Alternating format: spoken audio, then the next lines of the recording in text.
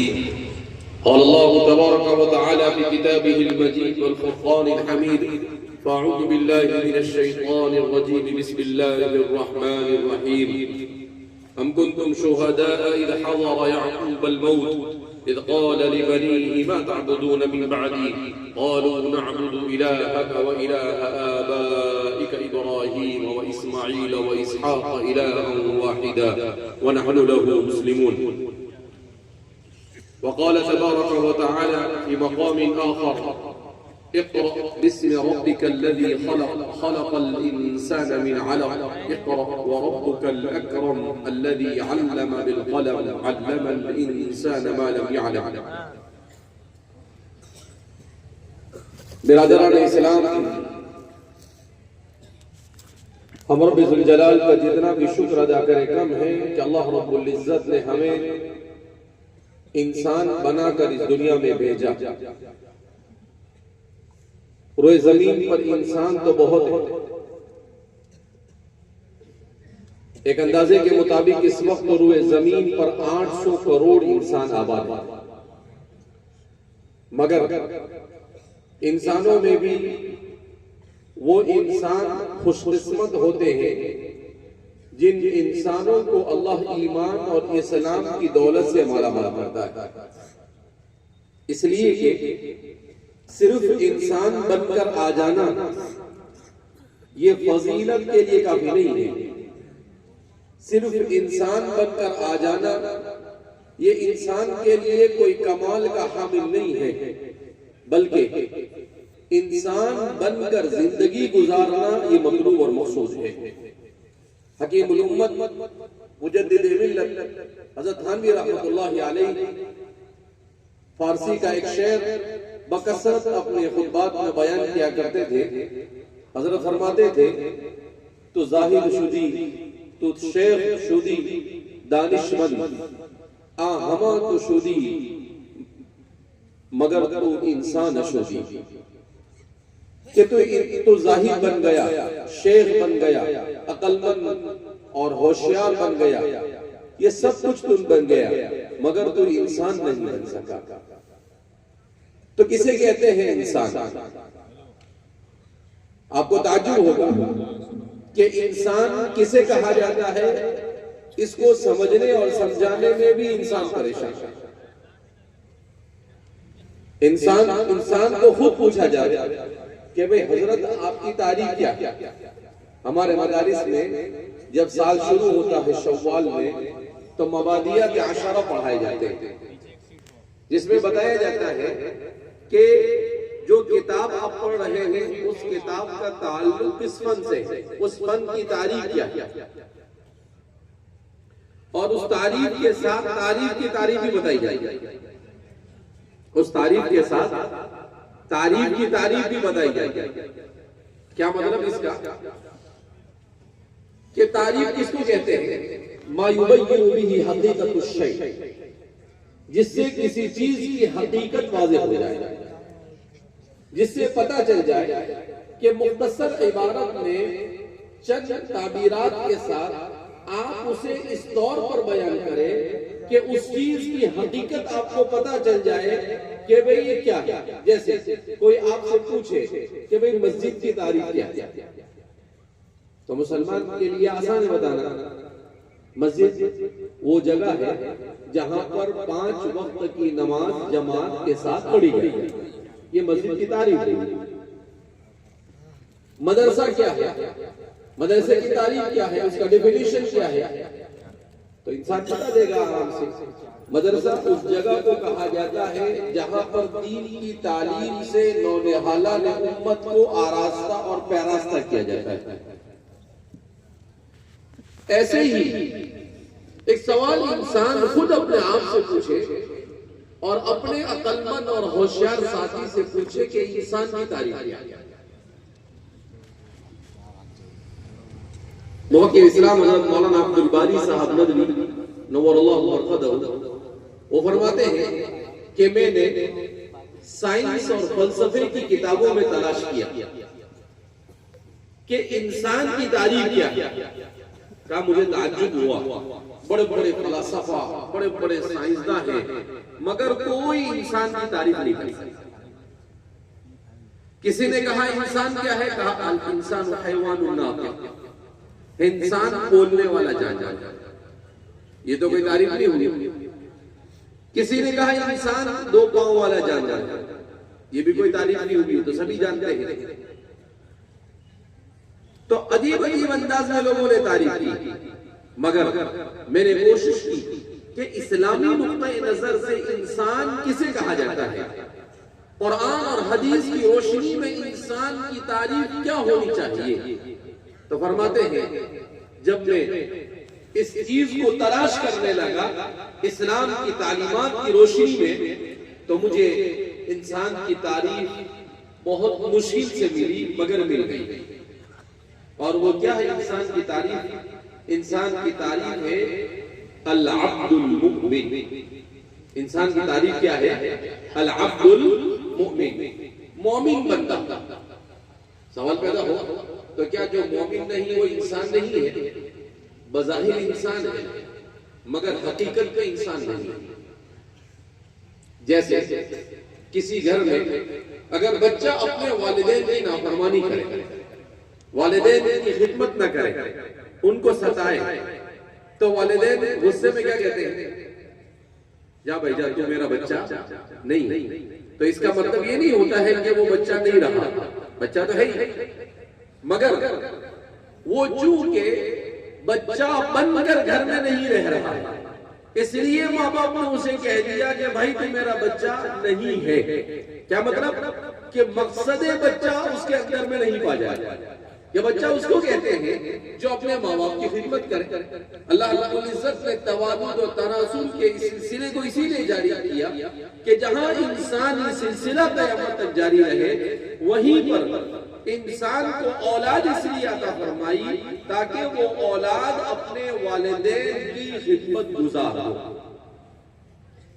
اگر اولاد والدین کی خدمت گزار نہیں ہے تو اولاد کے دنیا میں آنے کے مقاصد میں سے ایک اہم ترین مقصد فوت ہو رہا ہے، اور جب اہم ترین مقصد فوت ہوا تو ماں باپ نے کہہ دیا کہ بھائی تو آج سے ہمارا بچہ نہیں۔ بالکل اسی طریقے سے ہم انسان کو سمجھے کہ اللہ نے انسان کو ایک عظیم مقصد لے کر اس دنیا میں بھیجا۔ اگر انسان اس مقصد کے ساتھ دنیا میں زندگی گزارتا ہے تو اللہ کی نظر میں وہ انسان ہے، اور اگر وہ اس مقصد کے بغیر زندگی گزارتا ہے تو وہ صورتاً تو انسان ہے، دکھائی تو انسان دیتا ہے، مگر اللہ کی نگاہ میں اسے انسان نہیں کہا جا سکتا ہے۔ اسی لیے تو قرآن کریم کہتا ہے وَالَّذِينَ كَفَرُوا يَأْكُلُونَ كَمَا تَأْكُلُ الْأَنْعَامُ وَالنَّارُ مَثْوًى لَهُمْ، کہ جو لوگ کفر کا شکار ہیں، کہا ان کا دنیا میں کام کیا ہے؟ یَأْكُلُونَ كَمَا تَأْكُلُ الْأَنْعَامُ، وہ کھاتے ہیں ایسے جیسے چوپایا کھاتا ہے، وَالنَّارُ مَثْوًى لَهُمْ، اور پھر قرآن کہتا ہے اور ان کا ٹھکانہ جہنم ہے۔ کیا مطلب؟ ان میں اور جانور میں کوئی فرق نہیں، کہ جانور بیچارہ کیا ہے؟ کھانے کے علاوہ اس کا کوئی کام ہی نہیں۔ ہاتھی ہوتا ہے تو ہاتھی کتنا کھاتا ہے؟ اس کو روزانہ 40 سے 50 کلو گھاس چاہیے کھانے کے۔ کتنا گھاس چاہیے؟ 40 سے 50 کلو۔ اب ظاہر سی بات ہے کہ 40-50 کلو گھاس، تو اسی لیے قرآن نے کہا وَالنَّارُ مَثْوًى يَأْكُلُونَ كَمَا تَأْكُلُ الْأَنْعَامُ۔ اب دیکھیں گے گائے ہے، بھینس ہے، ان کو کتنا کھاتے ہیں؟ بکری چھوٹا سا جانور ہے مگر دن بھر چرتا رہتا ہے، اس کو چرنے کے لیے آدمی لے کر نکلتا ہے، پورا دن کھاتا رہتا ہے۔ ایسے ہی کسی بھی جانور کو اٹھائے تو قرآن کریم کا کہنے کا مقصد کیا ہے کہ وہ ہم نے انسان کو اس لیے نہیں بھیجا کہ وہ کھا پی کر زندگی گزار دے اور اس دنیا سے چلا جائے گا، نہیں، اس دنیا میں انسان کو کیوں بھیجا ہے؟ تاکہ وہ اللہ کی دی ہوئی صلاحیتوں کو استعمال کر کر اللہ کو راضی کرنے میں کامیاب ہو جائے۔ اللہ نے جو صلاحیتیں انسان کو دی ہے، انسان کتنا بھی کھا لے، لیکن انسان جتنا گائے بھینس کھاتی ہے اتنا نہیں کھا سکتا۔ وہ ایک دن میں جتنا کھاتی ہے انسان ایک ہفتے 10 دن 15 دن میں اتنا کھاتا ہے، کتنا کھائے گا کتنا کھائے گا. اللہ نے چھوٹا سا پیٹ اسی لیے دیا ہے کہ بھائی زیادہ نہیں. اسے اللہ کے رسول صلی اللہ علیہ وسلم نے ارشاد فرمایا لقیمات تقمن صلبک، چند لقمے جو تیری کمر کو سیدھا کر سکے اور تیرے اندر انرجی دے سکے کہ تو کھڑا ہو سکے، تو چل سکے اور خالق اور مالک کی عبادت کر سکے. بہرحال ضرورت اس بات کی ہے کہ ہم اس حقیقت کو سمجھیں کہ اللہ نے انسان بنا کر بھیجا، اور انسان کیا ہے؟ لقد خلقنا الانسان فی احسن تقویم، ہم نے انسان کو بہترین ڈھانچے میں بنایا. وسخر لكم ما في السماوات وما في الارض، وہ انسان جس کے لیے آسمان اور زمین میں جو کچھ ہے سب مسخر کر دیا. کیسا مسخر کیا؟ کہ یہی انسان اس دنیا کے اندر میں کیا کام کرتا ہے؟ انسان نے ہوائی جہاز بنایا اور کہاں پہ اڑ رہا ہے؟ آسمان اور زمین کے بیچ میں اڑ رہا ہے. انسان نے پانی کا جہاز بنایا اور کہاں پر چل رہا ہے؟ وہ پانی کے اوپر بڑے بڑے جہاز بنا کر چل رہا ہے. وہ جو چاہتا ہے کرتا ہے، مگر انسان یہ نہ سمجھے کہ اس کا کمال ہے. یہ کمال اس خالق و مالک کا ہے جس نے اس کے لیے ساری چیزوں کو مسخر کر دیا. ورنہ انسان سے زیادہ طاقتور مخلوق بہت ساری پائی جاتی ہے، مگر وہ نہیں کر سکتے. آپ نے دیکھا آج تک کہ آپ کے اڑیسہ کے اندر میں کہیں جنگل کے اندر میں بندروں کی وہ تعداد رہتی ہو، بندروں کی وہ جماعت رہتی ہو جس نے اپنی بلڈنگ بنائی؟ دیکھا آپ نے؟ ارے بندر نے کبھی بنائی؟ اڑیسہ والے، مجھے تو اڑیسہ کی زبان نہیں آتی، میں اردو میں تقریر کر سکتا ہوں. تو بندر نے کبھی گھر بنایا اپنا؟ ارے بھائی کسی نے دیکھا ہے کہ 2 منزلہ 4 منزلہ 5 منزلہ 10 منزلہ؟ نہیں بنا. حالانکہ انسان اور بندر میں کوئی زیادہ فرق نہیں ہے بظاہر دیکھے تو. اسی لیے ڈاروین نے یہی کہہ دیا کہ انسان بندر کی نسل سے. ہم کہتے ہیں کہ بھائی ٹھیک ہے آپ بندر کی نسل سے ہوں گے، ہم تو آدم علیہ السلام کی نسل سے. جس کو ایسا لگتا ہے وہ ہو سکتا ہے، لیکن الحمدللہ ہمیں تو قرآن نے کہا وَإِذْ قَالَ رَبُّكَ لِلْمَلَائِكَةِ إِنِّي جَاعِلٌ فِي الْأَرْضِ خَلِيفَةً قَالُوا أَتَجْعَلُ فِيهَا مَن يُفْسِدُ فِيهَا وَيَسْفِكُ الدِّمَاءَ وَنَحْنُ نُسَبِّحُ بِحَمْدِكَ وَنُقَدِّسُ لَكَ قَالَ إِنِّي أَعْلَمُ مَا لَا تَعْلَمُونَ وَعَلَّمَ آدَمَ الْأَسْمَاءَ كُلَّهَا ثُمَّ عَرَضَهُمْ عَلَى الْمَلَائِكَةِ فَقَالَ أَنبِئُونِي بِأَسْمَاءِ هَؤُلَاءِ إِن كُنتُمْ صَادِقِينَ قَالُوا سُبْحَانَكَ لَا عِلْمَ لَنَا إِلَّا مَا عَلَّمْتَنَا إِنَّكَ أَنتَ العزیز الحکیم. اللہ اکبر. پوری سٹوری سنائی.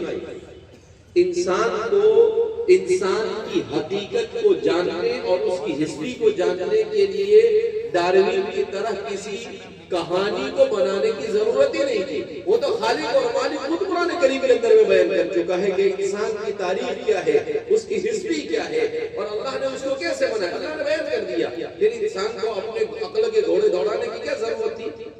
اسی لیے قرآن کریم کہتا ہے کہ جو لوگ حق کو جاننے کے لیے، انسان کی حقیقت کو سمجھنے کے لیے، اللہ کی حقیقت کو سمجھنے کے لیے اپنی عقل کو استعمال کرتے ہیں، قرآن کریم کہتا ہے کہ وہ لوگ اٹکل پچو میں لگے ہوئے ہیں. وہ صرف اپنی عقل کے گھوڑے دوڑا سکتے ہیں مگر وہ حقیقت تک کبھی رسائی حاصل کر سکتے نہیں. بہرحال تو میں نے اور آپ نے اس بات کو سمجھا کہ انسان کس کو کہتا ہے؟ انسان کہا جاتا ہے اس شخص کو جو اللہ کی مرضی کے مطابق زندگی گزارتا ہے. انسان کس کو کہتے ہیں؟ اس شخص کو جو اللہ کی مرضی کے مطابق زندگی گزارے. یہ مدارس، یہ مکاتب، یہ خانقاہ ہے، یہ دعوت و تبلیغ کا یہ نظام، یہ اتنی ساری چہل پہل صرف اسی لیے ہے کہ انسان کو اس کے مقصد تخلیق سے واقف کیا جاوے.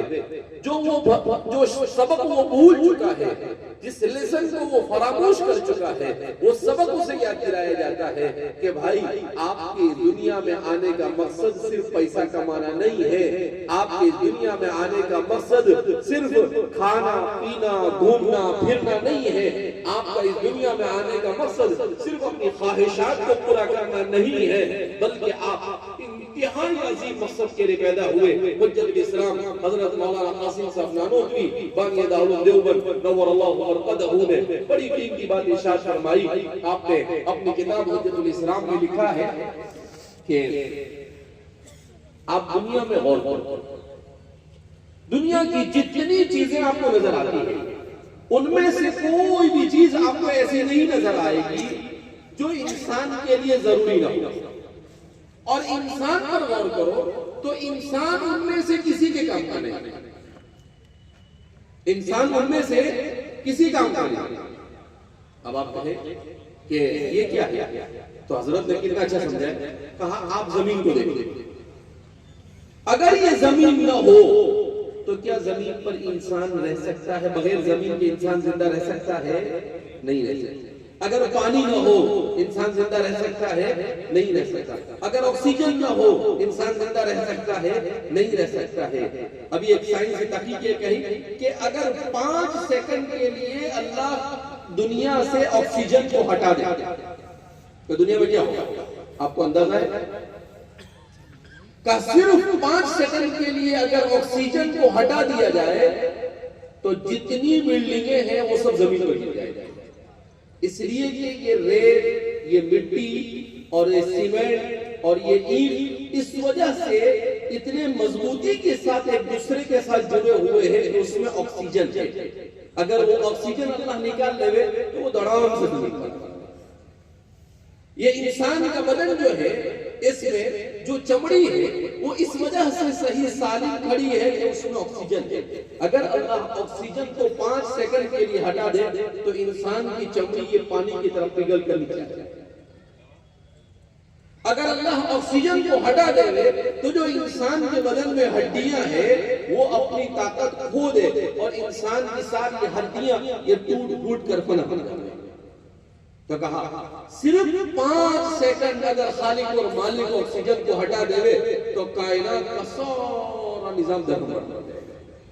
یہ پانی سمندروں میں ندیوں میں جو ٹھہرا ہوا ہے وہ آکسیجن کی وجہ سے. اگر یہ آکسیجن ہٹ جاوے تو یہ سارا پانی اچھل کود کر انسان کی بستیوں کے اندر میں آ جائے. ایک آکسیجن ایسے ایک چیز کے اوپر غور کریں تو فرماتے ہیں کہ آپ سورج کو دیکھو. اگر سورج نہیں تو انسان کے لیے زندگی گزارنا بہت مشکل. انسان کیسے زندگی گزارے گا؟ اگر چاند نہیں تو ہم جو فروٹ کھاتے ہیں اس کے اندر میں مٹھاس نہیں پیدا ہو سکتا, اس میں کھٹاس نہیں پیدا ہو سکتا. ہم جو چاول کھاتے ہیں اس میں لذت نہیں آ سکتی. جتنی بھی چیزیں تو چاند. اب کہا جس چیز پر دنیا میں آپ کو نظر پڑے وہ ساری چیزیں انسان کے لیے مفید ہے, مگر انسان ان میں سے کسی کے لیے بھی مفید ہے. کیا مطلب کہ اگر انسان نہ ہو تو زمین کو کوئی فرق پڑے گا؟ کوئی فرق نہیں پڑے گا. دوسرے بہت سارے جانور. اگر سورج اللہ رب العزت نے سورج کو بنائے اور انسان کو نہ بنائے تو سورج کو کوئی فرق پڑے گا؟ کوئی فرق نہیں پڑے گا. چاند کو کوئی فرق پڑے گا؟ کوئی فرق نہیں پڑے گا. پانی کو کوئی فرق پڑے گا؟ کوئی فرق نہیں پڑے گا. کسی کو کوئی فرق نہیں پڑے گا. اب سوال پیدا ہوتا ہے جب ہر چیز انسان کے لیے تو انسان کس کے لیے؟ سوال دماغ میں آنا چاہیے کہ جب ہر چیز انسان کے لیے ہے تو انسان کس کے لیے؟ قرآن کریم میں اسی کو خلق لکم ما فی السماوات و ما فی الارض کہ اللہ نے تمہارے لیے بنایا جو کچھ آسمانوں اور زمین میں ہے. انسان یہ زمین کا جو سیارہ ہے اس پر رہ سکتا ہے, مگر انسان چاند کے اوپر زندگی گزارنا بہت ڈیفیکلٹ ہے. مگر یورپ اور امریکہ کے بیوقوف لوگ جو حمقا نہیں بلکہ سید الحمقا ہے, سارے پاگلوں کے سردار ہیں, وہ کیا کہتے ہیں کہ ہم چاند کے اوپر بلڈنگ بنانے والے ہیں اور تم کو وہاں پر گھومنے کے لیے لے جانے والے ہیں. انسان وہاں پر چل نہیں سکتا ہے, کیوں؟ وہاں آکسیجن نہیں ہے. اس کو زمین پر سے آکسیجن لے کر جانا پڑے گا, منہ پر آکسیجن لگانا پڑے گا, چلنے کے لیے 2 ہاتھ میں لکڑیاں رکھنی پڑے گی. بھائی ایسا محتاجی والا گھومنے پھرنے انسان کی جائے گا. اور ابھی تو اناؤنس بھی کر دیا ہے کہ اگر آپ کو چاند پر گھومنے کے لیے جانا ہے تو $2 ملین یا $3 ملین لگیں گے, خالی لوگوں کو بیوقوف بنانے کا چکر. تو چاند پر زندگی نہیں گزار سکتا انسان, مگر اس زمین پر جس کرۂ ارض پر ہم رہتے ہیں اللہ نے اس کو بنایا ایسا کہ انسان آسانی کے ساتھ زندگی گزار سکتا ہے. اس کے علاوہ کوئی اور سیارہ ایسا نہیں ہے جس پر انسان زندگی گزار سکتا ہے. تو اس لیے اب اس سوال کا جواب کہ جب سب کچھ انسان کے لیے، انسان کس کے لیے؟ حدیث پاک میں رسول اللہ صلی اللہ علیہ وسلم نے ارشاد فرمایا الدنیا خلقت لکم وانتم خلقتم للآخرہ، دنیا تمہارے لیے بنائی گئی اور تمہیں آخرت کے لیے بنائی گئی۔ تو پھر فرماتے ہیں کہ کیا مطلب اس کا؟ کہا انسان کو اللہ نے اس لیے بنایا تاکہ وہ اپنے خالق کی اطاعت، عبادت اور بندگی کرے۔ اگر یہ مقصد نہ ہو انسان کے بنانے کا تو العیاذ باللہ یہ لازم آئے گا کہ اللہ نے انسان کو بیکار کر دیا، جبکہ اللہ حکیم ہے۔ وَفِعْلُ الْحَكِيمِ لَا يَخْلُو عَنِ الْحِكْمَةِ، اور حکیم کا کوئی کام بھی حکمت سے خالی ہو سکتا نہیں ہے۔ انسان بھی کما ہے، اس کا مطلب کیا ہے کہ العیاذ باللہ اللہ نے انسان کو ایسے پیدا کر دیا؟ نہیں۔ ما خلقنا السماوات والارض وما بينهما باطلا، زمین اور آسمان کے درمیان کوئی چیز ایسی نہیں ہے جو نکمی ہو، ہر چیز کے پیچھے کوئی نہ کوئی مقصد اللہ رب العزت نے رکھا ہے۔ لہذا ہمیں سمجھنا ہے۔ تو حضرت حجت الاسلام حضرت مولانا قاسم صاحب فرماتے ہیں خالق اور مخلوق کے حقوق کو ادا کر کر اللہ کی اطاعت کے ذریعے سے اسے راضی کرنا، یہ دنیا میں انسان کی تخلیق کا مقصد ہے۔ اس غرض سے اللہ نے دنیا میں انسان کو بھیجا۔ اسی لیے مفکر اسلام حضرت مولانا علی ندوی نور اللہ مرقدہ فرماتے تھے کہ یہ مدارس، یہ مکاتب انسان بننے کی فیکٹریاں ہیں۔ یہاں پر انسان کو انسان بنایا جاتا ہے۔ جس دن معاشرے سے یہ مدارس ختم ہو جائیں گے، معاشرے سے انسان کو انسان بنانے والے ادارے ختم ہو جائیں گے۔